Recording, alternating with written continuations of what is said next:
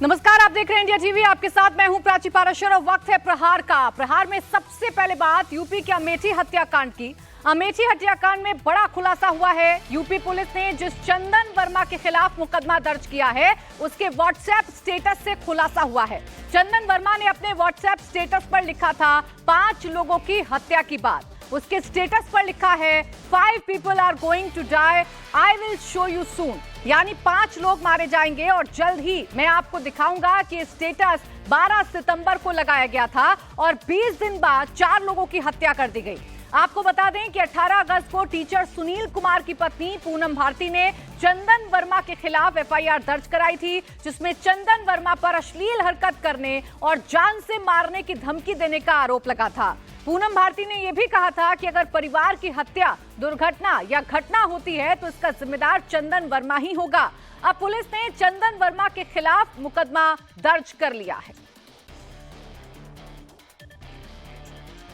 तो देखिए, ये व्हाट्सएप स्टेटस देखकर अंदाजा लगाया जा सकता है कि जो कुछ हुआ उसके पीछे किस शख्स का हाथ है। पहले ही इस बात का ऐलान किया गया कि 5 people are going to die, I will show soon, यानी कि 5 लोग बहुत जल्द मरने वाले हैं और मैं ये आपको दिखाऊंगा। और उसके बाद हत्या हो जाती है, जिसके बाद अब कई सारे सवाल हैं जो इसमें खड़े हो रहे हैं। अमेठी हत्याकांड में बड़ा खुलासा हुआ है। आरोपी ने व्हाट्सएप स्टेटस से इस बात का खुलासा कर दिया था। चंदन वर्मा ने लिखा था कि 5 लोगों की हत्या होगी, 5 लोग जल्द ही मरने वाले हैं और मैं आपको बहुत जल्द दिखाऊंगा। सुनील की पत्नी ने केस दर्ज करवाया था। 18 अगस्त 2024 को एफआईआर दर्ज हुई थी। चंदन वर्मा के खिलाफ एफआईआर दर्ज करवाई गई थी। जान से मारने की धमकी देने और अश्लील हरकत करने का आरोप लगाया गया था। 18 अगस्त 2024 को ही एफआईआर दर्ज करवा दी गई थी चंदन को लेकर। और अब जब हत्याकांड सामने आया है तो चंदन की तलाश तेज कर दी गई है।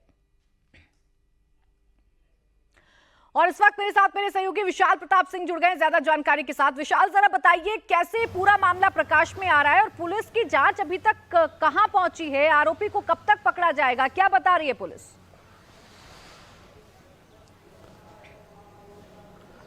देखिए प्राची, एक बात तो बिल्कुल स्पष्ट हो गई है कि अमेठी में 4 लोगों की हत्या के पीछे कोई शातिर बदमाश नहीं है, बल्कि चंदन वर्मा नाम का वही आरोपी है जिसके खिलाफ रायबरेली में मुकदमा दर्ज कराया गया था पीड़िता की तरफ से। और उसमें इस बात का जिक्र भी किया गया था कि भविष्य में उनके साथ कोई भी दुर्घटना होती है तो इसका जिम्मेदार कोई और नहीं बल्कि चंदन वर्मा भी होगा। हम इस समय अमेठी के उसी घर पर मौजूद हैं जहां पर देर शाम पिछली ये वारदात हुई है और उससे कुछ देर पहले यहाँ के जो विधायक हैं, सरकार के मंत्री हैं मयंकेश्वर शरण सिंह, वो यहाँ पर विजिट करके गए हैं। और उनका साफ तौर पर कहना है कि जो भी आरोपी इस पूरे मामले में है वो मानसिक विक्षिप्त है, क्योंकि जिस तरीके से न सिर्फ शिक्षक दंपति की इसमें हत्या की गई है बल्कि 2 मासूम बच्चों की भी हत्या की गई है। और पता यह भी चला है कि चंदन वर्मा जब कल यहाँ बीती शाम पे आया था तो उसने खुद को भी गोली मारने की कोशिश की थी और जब गोली नहीं चली है उसके बाद वो यहाँ से भाग गया है। हालांकि जो पुलिस के सोर्सेज हैं वो बिल्कुल इस बात का इशारा कर रहे हैं कि घटना में चंदन वर्मा 100% शामिल था। हाँ, ये हो सकता है कि कोई और भी उसके साथ आया हो, इसको लेकर के इन्वेस्टिगेशन जारी है। और पुलिस के सोर्सेज का कहना है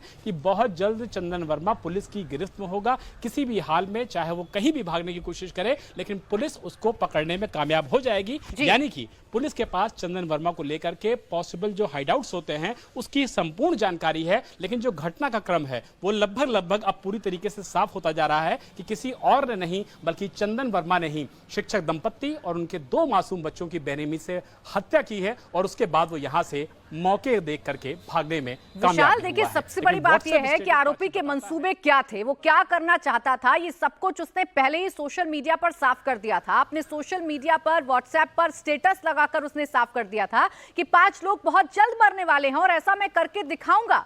उसके बाद इस हत्या को अंजाम देता है। यानी वो कितना बेखौफ है और कितनी प्लानिंग के साथ इस वारदात को वो अंजाम देने जा रहा है, ये साफ नजर आ रहा है।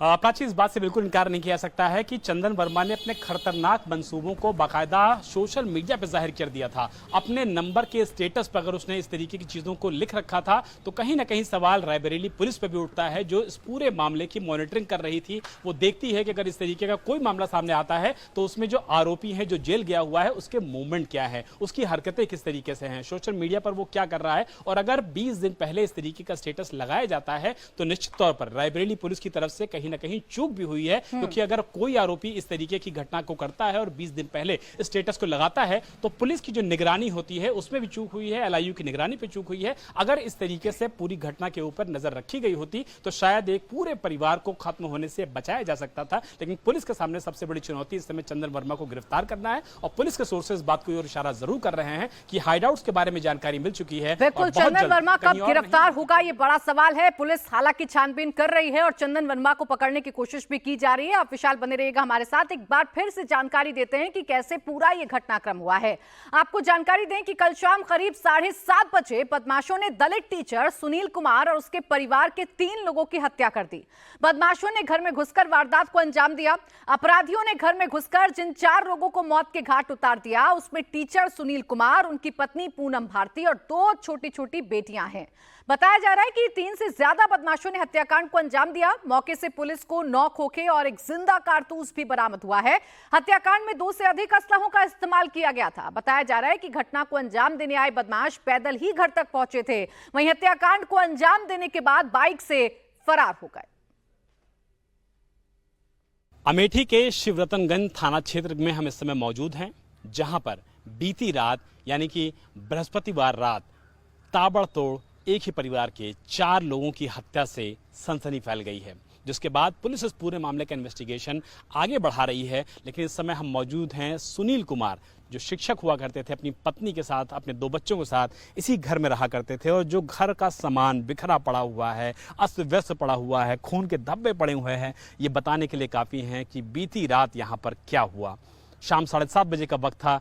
सभी लोग मंदिर जो पास में है, पंडाल जो है, वहाँ पर आरती कर रहे थे। उसी दौरान बताया जाता है कि मेन गेट से बदमाश अंदर आते हैं, शिक्षक को गोली मारते हैं, उनकी पत्नी को गोली मारते हैं, उनके दोनों बच्चों को गोली मारते हैं और इसी रास्ते से, जहाँ इस समय हम मौजूद हैं, इसी रास्ते का फ़ायदा उठा करके बदमाश आसानी से मौके से भाग जाते हैं। और जब लोगों को इस बात की जानकारी होती है तब लोग यहाँ पहुँचते हैं, पुलिस यहाँ पहुंचती है, क्योंकि जो मकान है जहाँ पर पिछले 3 महीने से शिक्षक सुनील कुमार अपने परिवार के साथ रहा करते थे, उससे महज चंद कदमों की दूरी पर मेन चौराहा है और ये घर पूरा मार्केट में बना हुआ है। ऐसे में पुलिस की भी मौजूदगी थी, लेकिन सारी व्यवस्था चौराहे पे लगी हुई थी और घर में इस तरीके की घटना को कोई अंजाम देगा, इसकी कानो कान खबर किसी को भी नहीं थी। बहरहाल इस मामले में प्राइम सस्पेक्ट माना जा रहा है रायबरेली के रहने वाले चंदन वर्मा को, जिसके ऊपर परिवार ने कुछ दिनों पहले मुकदमा भी दर्ज कराया था और इस मामले में बताया जाता है कि आरोपी चंदन वर्मा गिरफ्तार करके जेल भी भेजा गया था और जब वो जेल से छूट के आया है उसके बाद उसने इस घटना को अंजाम दिया होगा, इस तरीके का परिवार का आरोप भी है। बहरहाल यूपीएसटीएफ भी इस मामले में रायबरेली पुलिस को और अमेठी पुलिस को सहयोग कर रही है, लेकिन जिस तरीके से शिक्षक, उनकी पत्नी और उनके 2 मासूम बच्चों की हत्या का मामला अमेठी के शिवरतनगंज में आया है, तब से पूरे इलाके में हड़कंप मचा हुआ है और किसने इस घटना को अंजाम दिया है, कौन से शूटर्स का इस्तेमाल किया गया है, मौके पर 9 गोलियां चली हैं। इसी वजह से पुलिस पूरे मामले का इन्वेस्टिगेशन इस लिहाज से भी कर रही है कि भाड़े के हत्यारों के जरिए इस पूरी घटना को अमेठी में अंजाम दिया गया है। इसीलिए पुलिस की कई टीमें और यूपीएसटीएफ हत्या आरोपियों की तलाश में जगह जगह छापेमारी कर रही हैं, लेकिन अभी तक पुलिस को कोई खास सफलता नहीं लगी है और मुख्यमंत्री योगी आदित्यनाथ ने आरोपियों के खिलाफ, हत्या आरोपियों के खिलाफ सख्त कार्रवाई करने के निर्देश उत्तर प्रदेश पुलिस को दे दिए हैं। देखिए, हत्याकांड की सूचना मिलने पर स्थानीय विधायक और यूपी सरकार के मंत्री मयंकेश्वर शरण सिंह भी घटनास्थल का जायजा लेने के लिए पहुंचे। उन्होंने इंडिया टीवी से खास बातचीत में कहा कि अगले कुछ घंटों में मामले का पर्दाफाश कर दिया जाएगा। यूपी सरकार में मंत्री मयंकेश्वर शरण सिंह हमारे साथ मौजूद हैं, जो कि घटनास्थल पर पहुंचे हैं, घटना का मौका मुआयना किया है। सर, आप लोगों ने घटना का मौका मुआयना किया है, सरकार किस तरीके से देख रही है, किस तरीके से कार्रवाई कर रही है घटना? देखिए, इसमें एक तरीके से अगर देखा जाए तो ये 2 लोगों के बीच में एक विवाद था और उस विवाद में एक तरीके से मानसिक रूप से विक्षिप्त व्यक्ति अपना जिस तरीके से कार्य कर सकता है, क्योंकि इस तरह से 1.5 साल की बच्ची को 5 साल की बच्ची की हत्या करना मेरे ख्याल से थोड़ा विकृत दिमाग का व्यक्ति ही कर सकता है। और बाकी इन्वेस्टिगेशन चली रही है और अभी मेरा कुछ कहना बहुत ज़्यादा उचित नहीं रहेगा। प्राथमिकता अभी हमारी है कि हम उस व्यक्ति की गिरफ्तारी जल्द से जल्द हो जाए और कठोर से कठोर कार्रवाई होगी। क्या ऐसा भी सर कोई अंदेशा आप लोग को मिला है, मौके से ऐसे साक्ष्य मिले हैं कि वो आदमी भी खुद को खत्म करना चाहता था यहाँ पे, जिसने यहाँ पर आकर हत्याकांड को अंजाम दिया? थोड़ा समय दीजिए, अभी सब अपने आप आ जाएगा। आपसे सवाल ले लेता हूँ, क्या रायबरेली पुलिस पे भी कुछ लापरवाही की बात सामने आ रही है कि उन्होंने एक्शन ढंग से नहीं लिया मौके पे? देखिए, इसमें लापरवाही शब्द का मैं इस्तेमाल नहीं करना चाहूँगा। कभी कभी कुछ ऐसी घटनाएं हो जाती हैं कि जिसमें बहुत सारी जानकारियां होती हैं आपके पास, लेकिन आप वो नहीं कह पाते हैं, और कई चीज़ें थोड़ा अभी आपको आराम से पता लग जाएगा। जल्द गिरफ्तारी लेकिन आरोपी की हो जाएगी? निश्चित तौर पर, निश्चित तौर पर जल्द गिरफ्तारी होगी आरोपी की, कहना है राजा मंकेश्वर शरण सिंह का, जो कि मौके से विधायक भी हैं, सरकार के मंत्री भी हैं। तो एक ही परिवार की 4 लोगों का हत्या करने वाला चंदन वर्मा आखिरकार कहां है? उसने व्हाट्सएप स्टेटस पर अगर अपनी मंशा को पहले ही जाहिर कर दिया था तो पुलिस कहां थी? ये वो सवाल हैं जो इस हत्याकांड के बाद खड़े हो जाते हैं। हालांकि इस हत्याकांड पर अब उत्तर प्रदेश में सियासत भी गरमाई हुई है। रायबरेली से कांग्रेस सांसद राहुल गांधी ने पीड़ित परिवार से फोन पर बात की और हर संभव मदद देने का भरोसा दिया। आपको बता दें कि आरोपी और पीड़ित परिवार दोनों रायबरेली के रहने वाले हैं, जहां से राहुल गांधी सांसद हैं, और जहां वारदात हुई यानी अमेठी में राहुल गांधी वहां से पिछली बार चुनाव हार गए थे, लेकिन इस बार कांग्रेस के केएल शर्मा यहां से सांसद हैं। केएल शर्मा ही पीड़ित परिवार के घर जाकर राहुल गांधी से पीड़ित परिवार की उन्होंने बात करवाई है।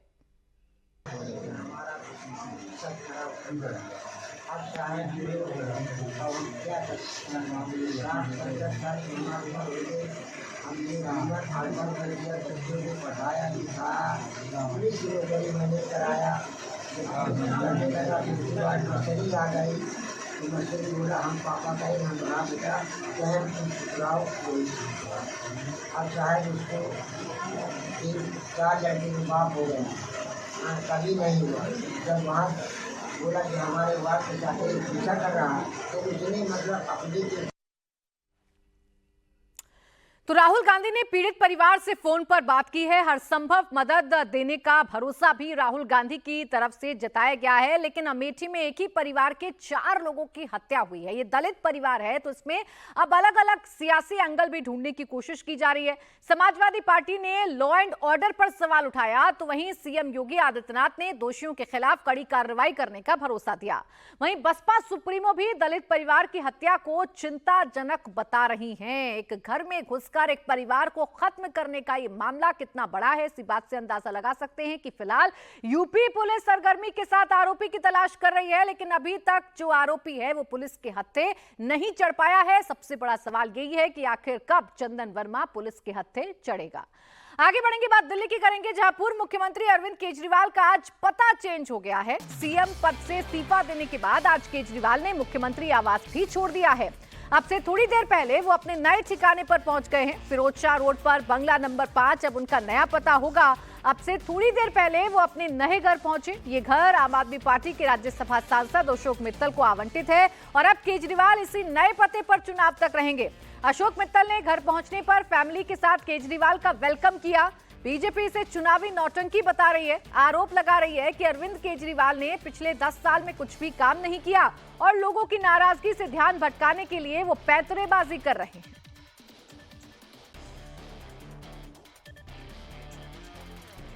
देखिए, अरविंद केजरीवाल का पता चेंज हो गया है। अरविंद केजरीवाल जो कुछ दिनों पहले तक दिल्ली के मुख्यमंत्री थे, दिल्ली के सीएम आवास में रहा करते थे, ना वो मुख्यमंत्री हैं और ना ही वो मुख्यमंत्री आवास में रह रहे हैं। उन्होंने अपना पता चेंज कर लिया है। मेरे साथ मेरे सहयोगी भास्कर मिश्रा इस वक्त जुड़ गए हैं। भास्कर, जो कुछ अरविंद केजरीवाल इन दिनों कर रहे हैं उनका सीधा सीधा कनेक्शन दिल्ली के विधानसभा चुनावों से नजर आता है। अब घर का पता चेंज करना भी क्या कोई सियासी मूव हो सकता है?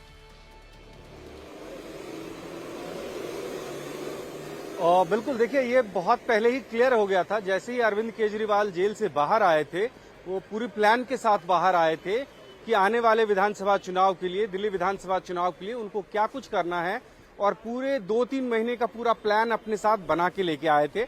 और उसी के तहत उन्होंने इस्तीफा दिया, और इस्तीफा देने के पीछे एक बड़ा मकसद ये था कि एक मैसेज पब्लिक में जाए कि अरविंद केजरीवाल को पद का लालच नहीं है, और पद अगर छोड़ देते हैं तो उनके साथ जो सुविधाएं मिलती है वो भी छोड़ देंगे। इस लिहाज से सीएम आवास भी छोड़ देंगे। हालांकि कानूनी बाध्यता ये है दिल्ली में कि मुख्यमंत्री और जो कैबिनेट मिनिस्टर्स हैं सिर्फ उनको घर मिलता है और जब तक वो मुख्यमंत्री रहते हैं या कैबिनेट मिनिस्टर रहते हैं तभी तक वो सरकारी घर में रह सकते हैं। उसके बाद उनको घर छोड़ना ही होता है।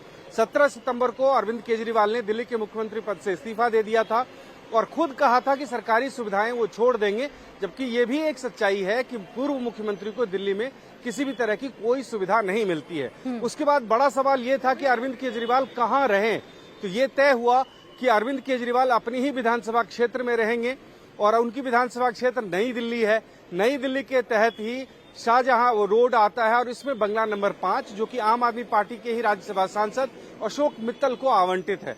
अशोक मित्तल इस घर में कभी नहीं रहे, उनका एक स्टाफ यहाँ पे रहता था और इस घर में अब अरविंद केजरीवाल अपनी फैमिली के साथ रहेंगे। मैसेज बिल्कुल क्लियर है, चुनाव तक अगर विरोधी पार्टी के द्वारा कोई भी नैरेटिव बनाने की कोशिश भी की जा रही है तो उससे पहले ही अरविंद केजरीवाल उसको ध्वस्त कर रहे हैं। कोशिश ये है कि जिस घर को लेके इतना विवाद हुआ था उसको लेके एक ये मैसेज जाए कि अरविंद केजरीवाल को न तो सीएम की कुर्सी से लालच है और न ही उस सरकारी बंगले से जिसको लेके इतनी चर्चा हुई, जिसकी फोटोग्राफ्स और वीडियो दिखाए गए कि कितना आलीशान घर बनाया गया, वो सब कुछ अरविंद केजरीवाल छोड़ सकते हैं। उसी मैसेज के साथ अपनी पूरी फैमिली के साथ अरविंद केजरीवाल विधानसभा चुनाव के लिए पूरी फॉर्म में आ चुके हैं और इसीलिए एक एक करके उनके खिलाफ जितने भी नैरेटिव्स को गढ़ा जा रहा है उसे ध्वस्त करने की कोशिश अरविंद केजरीवाल करते हुए नजर भी आ रहे हैं।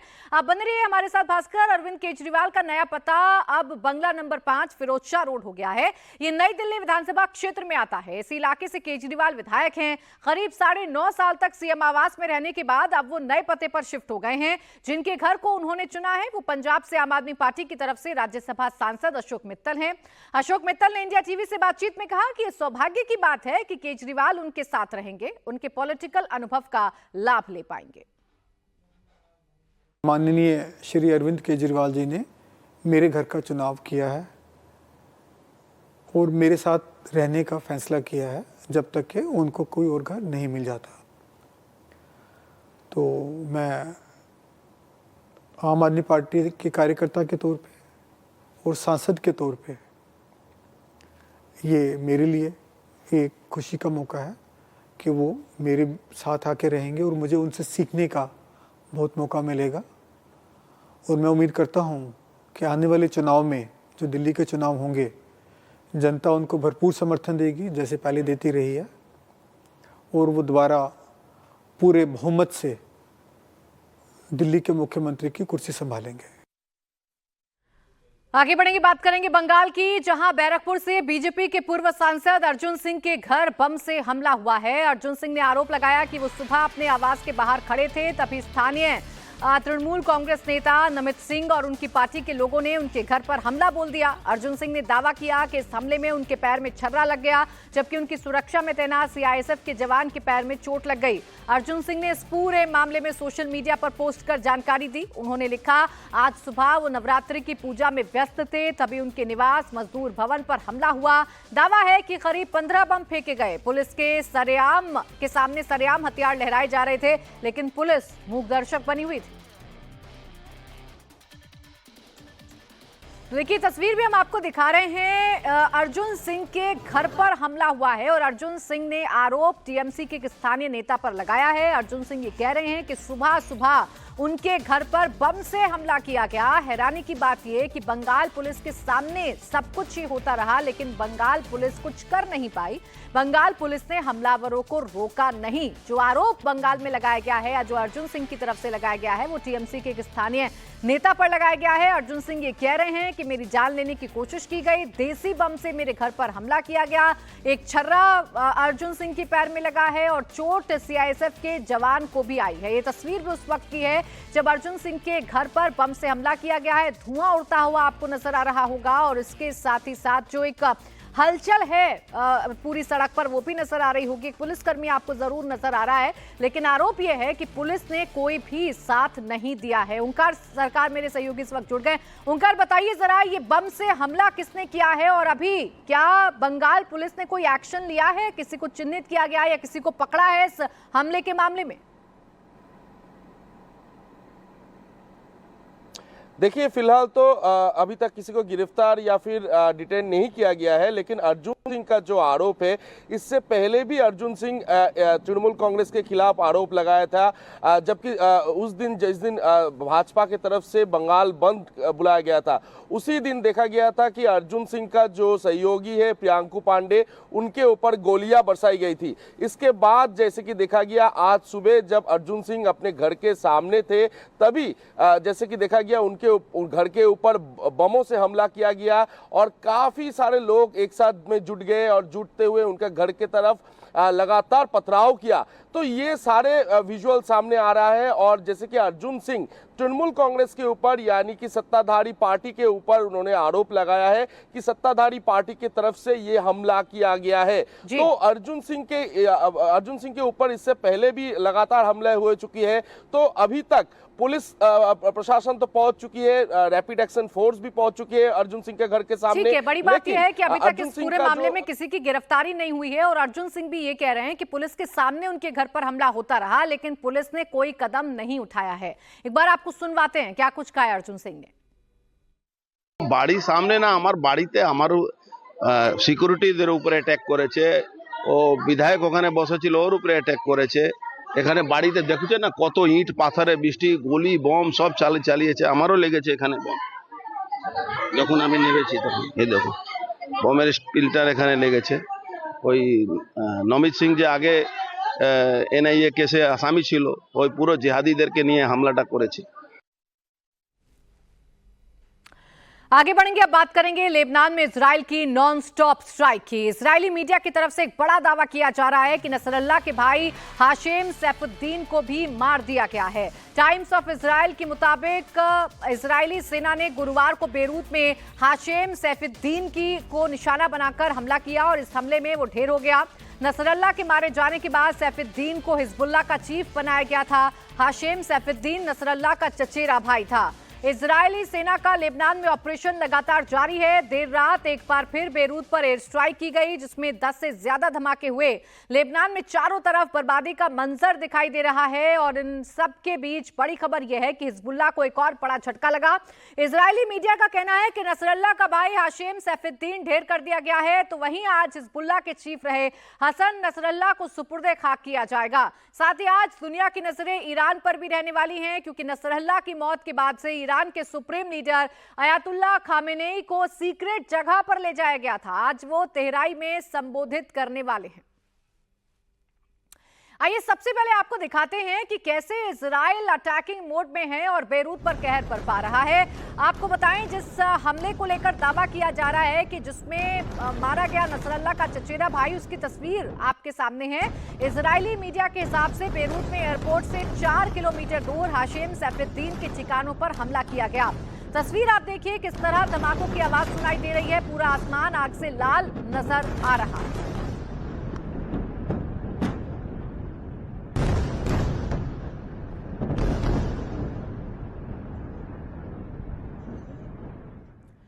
अब देखिए, जिसे मारे जाने का दावा किया जा रहा है, जिसको मार गिराने का दावा इजराइल कर रहा है, उसके बारे में आपको जानकारी देते हैं। सैफुद्दीन नसरल्ला की तरह ही काली पगड़ी बांधता था। हाशिम सैफुद्दीन नसरल्ला का चचेरा भाई है और शिया धर्म गुरु भी है। नसरल्ला की मौत के बाद हिजबुल्लाह में उसकी नंबर 1 पोजीशन हो गई थी। अमेरिका ने उसे 2017 में आतंकवादी घोषित किया था। अब मीडिया रिपोर्ट्स का दावा है कि सैफुद्दीन मारा गया है।